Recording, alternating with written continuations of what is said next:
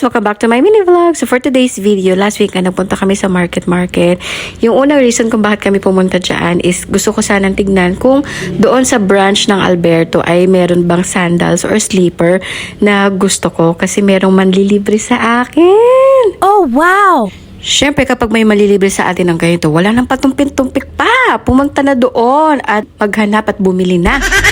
Aba, kapag may mga ganitong oportunidad na dumadating sa buhay natin, sino ba tayo para tumanggi? So, una, pumunta muna ako dito sa department store kasi merong kagaya ng ganong design yung nakita ko. Siguro mga last month yun.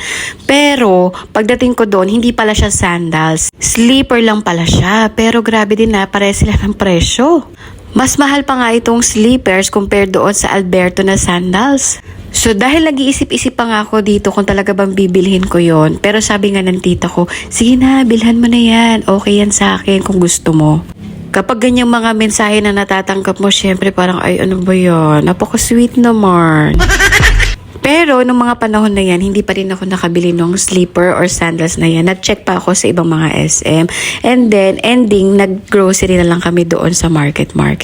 And then, after nyan, kinabukasan, nagkaroon pala kami ng World Christmas Party sa aming simbahan.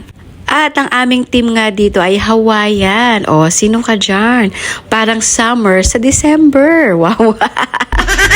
Para sa akin, sobrang enjoy ko nga itong Christmas party na ito. Sobrang gagaling ng mga host namin dito.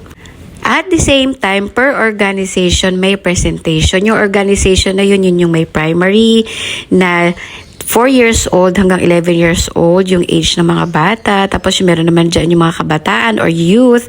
Meron naman dyan yung mga kababaihan na 18 years old pataas at kalalakihan na 18 years old pataas din. At meron din yung tinatawag dyan ng mga single adult. So, panimula nito, nagkaroon muna sila dyan ng icebreaker. Pinatayo muna nila lahat dyan. Tapos sumayaw kami ng off-palit.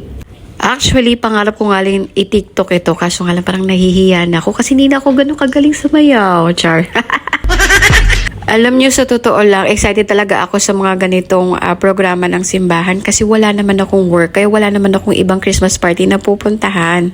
Sa December 27 nga, magkakaroon din pa dyan ng Christmas party para naman yun sa mga Relief Society or 18 years old pataas na mga kababaihan, whether single ka or married ka. So, ayan lang. Yan lang yung Christmas party na pupuntahan ko. Maliban sa Christmas party namin dito sa buong compound ha, yun yung Christmas Eve na tinatawag. Meron din pala kaming Christmas party sa primary. Kumbaga nauna lang kami ng 2 oras bago itong Christmas party namin sa ward. Hindi ko na na-videohan yun kasi grabe sobrang pagoda na ako. Wala akong kasama dyan magbantay kay Miko kaya hindi ako nakapag-video. At dahil kasama ako doon sa primary organization, hindi ako nakapag-video doon sa primary na nag-present. So ito mga na-video ko lang dito, ito yung mga tatay or mga single na mga kalalakihan, ito naman yung mga youth, at ito naman po yung mga kababaihan o mga nanay or single na mga babae. Kitang-kita nyo naman sa mga video kung sino talaga yung mga nag-prepare dito. Hindi na ako magsasabi. Sa costume pa lang kitang-kita na ninyo kung sino dito talaga yung prepared. Iba talaga kapag mga nanay at mga babae. Char. So, ayan lamang po for today's video. I hope nag-enjoy po kayo. Napakahaba na nitong mga sinasabi ko. Babu muna. Bye!